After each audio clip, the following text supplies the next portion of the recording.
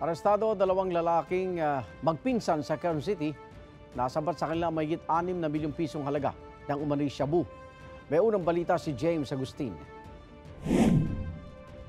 Walang kawala sa mga operatiba ng Philippine Drug Enforcement Agency o PDEA ang magpinsan na inaresto sa drug bypass operation sa Barangay Paligsahan, Quezon City kagabi.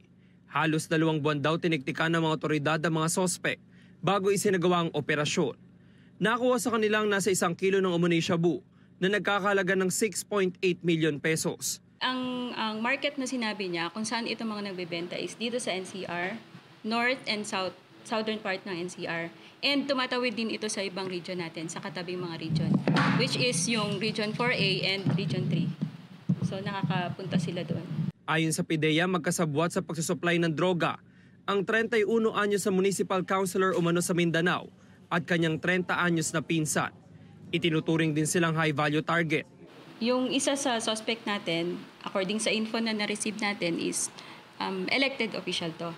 Pero again, gaya ng sinabi ko, subject for verification pa ito. Hindi sila dumarayo eh. Meron na kaming mga na-identify na tinitirhan nila or tinutuluyan dito sa NCR. Inaalam pa ng PDEA ang source ng droga ng mga sospek. Walang pahayagang magpinsan na maharap sa reklamong paglabag sa Comprehensive Dangerous Drugs Act. Ito ang unang balita. James Agustin para sa GMA Integrated News. Igan, mauna ka sa mga balita. Mag-subscribe sa GMA Integrated News sa YouTube. Sa mga kapuso abroad, subaybayan nyo kami sa GMA Pinoy TV at sa www.gmanews.tv.